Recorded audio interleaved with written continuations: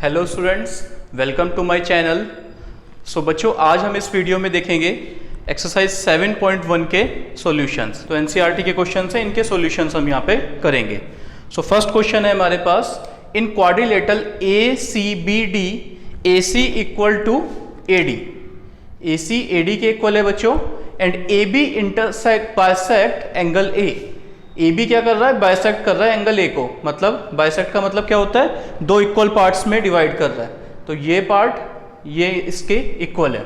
Show that A B C congruent to triangle A B D. ये आपको बच्चों क्या करना है? इसको कॉन्ग्रेंट प्रूफ करना है। तो कैसे करेंगे? सबसे पहले क्या गिवन है हमारे पास? Quadrilateral A C B D. उसके बाद हमें गिवन है A C is equal to A D. और क्या गिवन है? A B bisect angle A. आपको क्या प्रूफ करना है? आपको सबसे पहले पार्ट में प्रूफ करना है triangle A B C congruent to triangle A B D.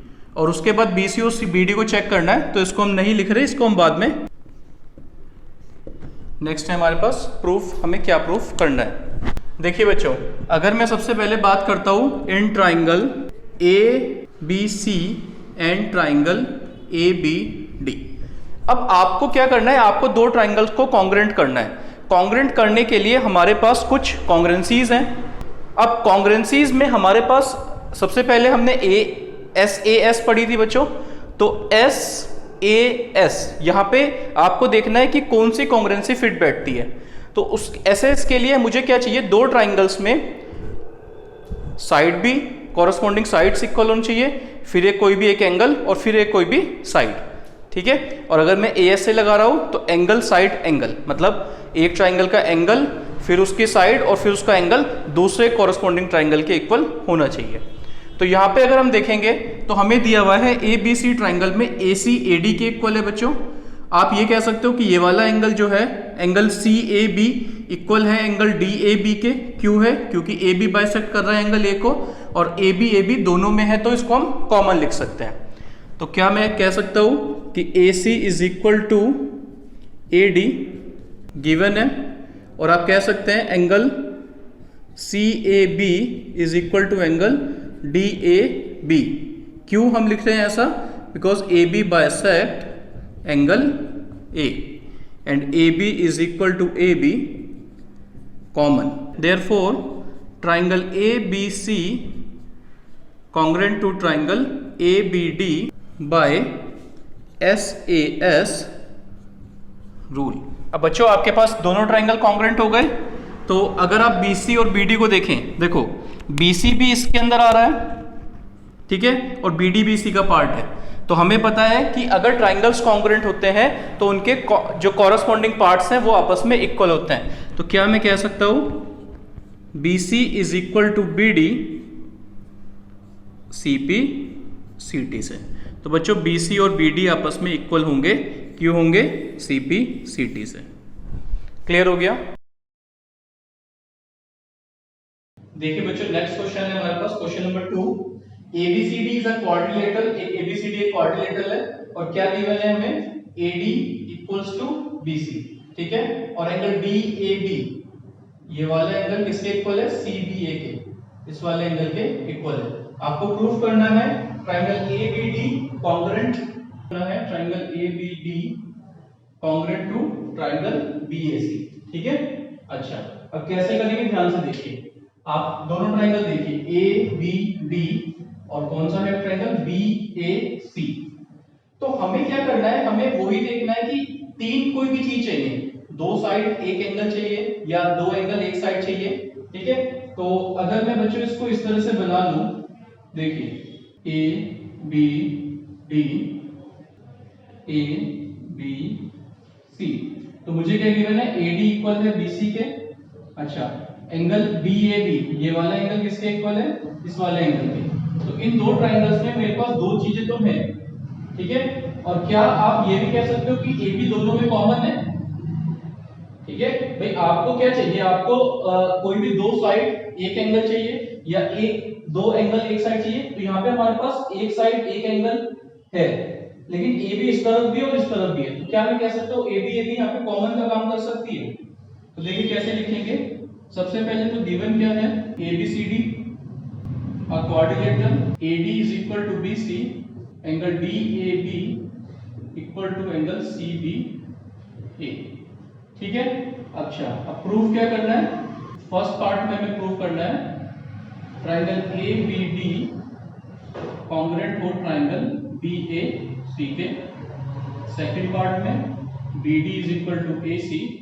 Third part में क्या प्रूफ करना है, angle ABD is equal to BAC। अगर मैं दोनों ट्राइंगल को लिखता हूं तो मैं क्या लिख सकता हूं, in triangle ABD and triangle BCA, sorry BAC दिया हुआ है यहाँ पे बच्चों। तो क्या मैं कह सकता हूं कि AB is equal to AB common, उसके बाद एंगल पे आ जाइए, क्या आप लिख सकते हैं angle DAB is equal to angle CBA, ये गिवन है हमें। ठीक है, और क्या गिवन है मुझे गिवन है AD is equal to BC, ये बच्चों हमें गिवन है। तो कोई भी तीन चीजें चाहिए और आप यहां से मैच भी कर सकते हो कि AB BA दोनों इक्वल हैं, ठीक है, ये गिवन है। DAB मतलब इस वाले एंगल की बात हो रही है, ये एंगल किसके इक्वल दिया हुआ है, CBA इस वाले एंगल के। और क्या दिया हुआ है, AD किसके इक्वल दिया हुआ है, BC की। ठीक है, तो ये हमें इक्वल दिया हुआ है, तो मैं कह सकता हूं क्या, देयरफॉर ट्राइंगल ABD कॉन्ग्रुएंट होगा ट्राइंगल BAC के बाय SAS रूल। आप SAS रूल से इनको कह सकते हैं कॉन्ग्रुएंट होंगे। सो फर्स्ट पार्ट हमारा प्रूव हो गया। अब सेकंड पार्ट के लिए देखिए, मेरे पास क्या प्रूफ करना है, BD is equal to AC।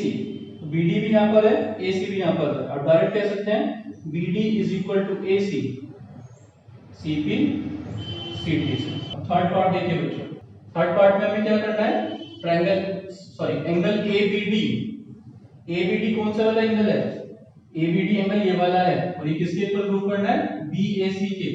BAC कौन सा है, ये वाला है।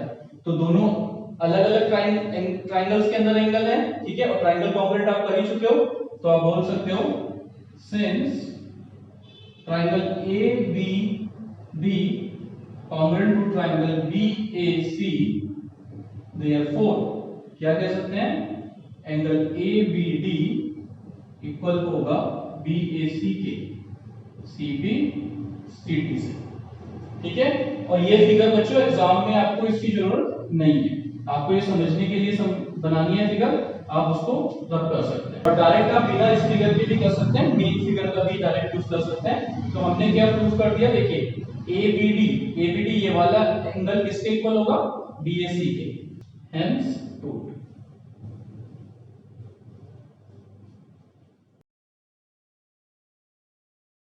क्वेश्चन नंबर 3 है हमारे पास, क्या दिया है देखिए, AD and BC are equal perpendiculars.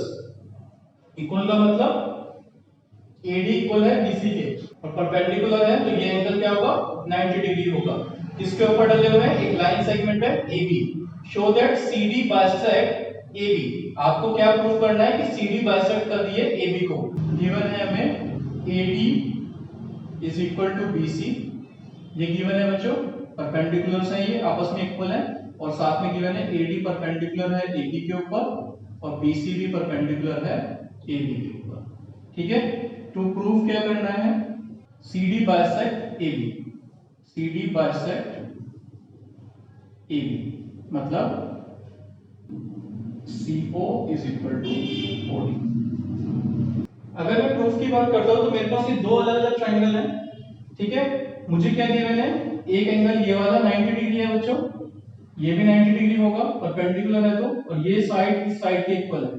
अब मुझे ट्राइंगल्स को कॉन्ग्रुएंट करना है, क्यों, क्योंकि मेरे पास ये कॉरेस्पॉन्डिंग पार्ट है CO और OD, लेकिन इसके लिए मुझे सबसे पहले इन्हें कॉन्ग्रुएंट करना है, और कॉन्ग्रुएंट करने के लिए हमारे पास या तो दो साइड्स एक एंगल चाहिए या फिर दो एंगल एक साइड चाहिए। तो यहाँ पे एक ही साइड गिवन है, लेकिन अगर हम ध्यान से देखें क्या कोई कॉमन है, नहीं बच्चों कॉमन भी नहीं है, लेकिन यहाँ पर एक एंगल बन रहे हैं, ये लाइंस आपस में एक दूसरे को इंटरसेक्ट कर रही हैं, और जब दो लाइंस इंटरसेक्ट करती हैं तो वर्टिकली अपोजिट एंगल्स बनते हैं। In triangle AOD and triangle BOC, ये दो ट्राइंगल लिए, angle AOD is equal to angle BOC, vertically opposite angles. उसके बाद हमारे पास क्या गिवन है, क्या मैं कह सकता हूं angle OAD is equal to angle OBC, perpendicular है तो बच्चों कितने होंगे 90 डिग्री के होंगे।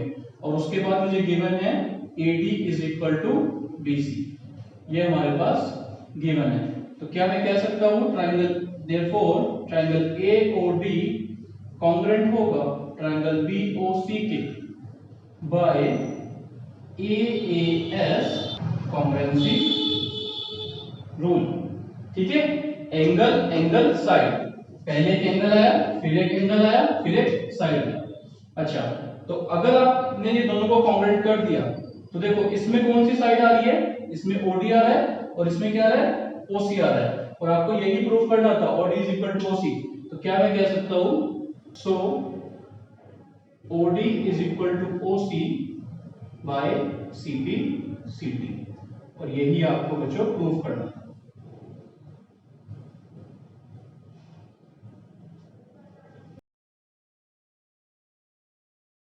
देखिए बच्चों क्वेश्चन नंबर 4 में क्या दिया है हमारे पास दो पैरेलल लाइंस हैं L एंड M। ठीक है, ये दो पैरेलल लाइंस हैं, ये इंटरसेक्ट हो रही हैं एक another pair of parallel lines P और Q। ठीक है, और आपको प्रूफ करना है triangle ABC congruent to triangle CDA।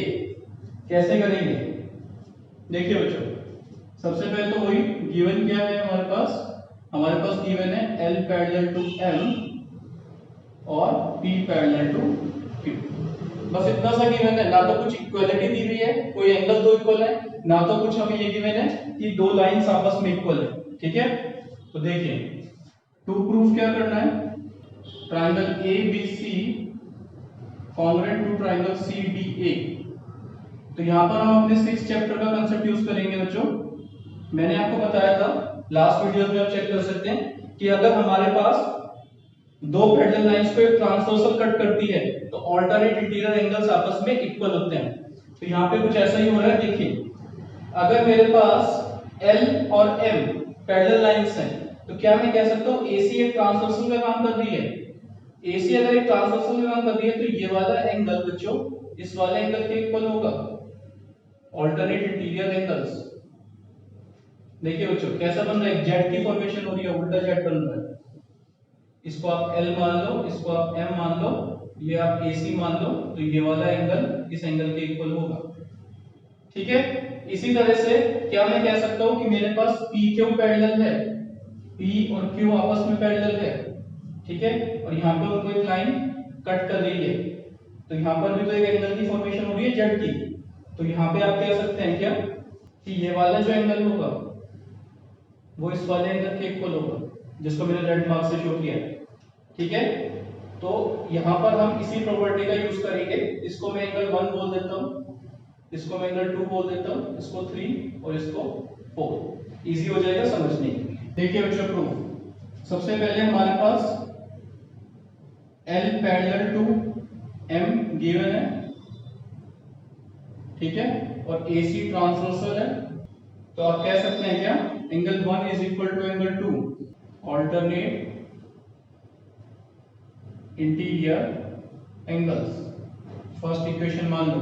ठीक है, इसका यूज करेंगे हम आगे। ऐसे ही हमारे पास similarly P parallel to Q given है, इसके लिए भी बच्चों AC ट्रांसवर्सल है, तो यहाँ पे क्या कह सकता हूं मैं angle 3 is equal to angle 4, alternate interior angles. इसको इक्वेशन सेकंड मान। अच्छा, अब आप बात करेंगे इन ट्राइंगल, कौन कौन से ट्राइंगल कॉन्ग्रुएंट करने हैं, ABC एंड ट्राइंगल CDA। ठीक है, मुझे क्या पता लग गया, मुझे इन दो ट्राइंगल्स में दो एंगल एक दूसरे के इक्वल मिल गए। ये एंगल इसके इक्वल मिल गया, ये एंगल 2 एंगल 1 के इक्वल मिल गया। ठीक है, और क्या मैं कह सकता हूँ AC दोनों में है तो AC कॉमन का काम करेगा बच्चों। Angle 3 is equal to angle 4 using second. Second equation में आपने ऐसा प्रूफ कर दिया कि ये वाला एंगल 3 एंगल 4 के इक्वल होगा। अच्छा, उसके बाद बच्चों AC दोनों में है, तो AC is equal to AC common, और फिर यहाँ पे एक एंगल है एंगल 2, इस वाले ट्रायंगल में एंगल 2 उस वाले ट्रायंगल के एंगल 1 के इक्वल है।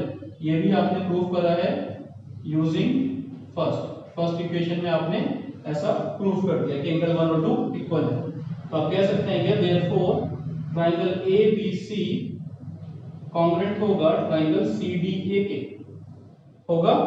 और कौन सी कॉन्ग्रुएंसी लगी है यहाँ पे, angle side angle by ASA rule. Clear हो गया? तो हमने ASA रूल से कह दिया कि दोनों ट्रायंगल्स क्या होंगे बच्चों, कॉन्ग्रुएंट होंगे।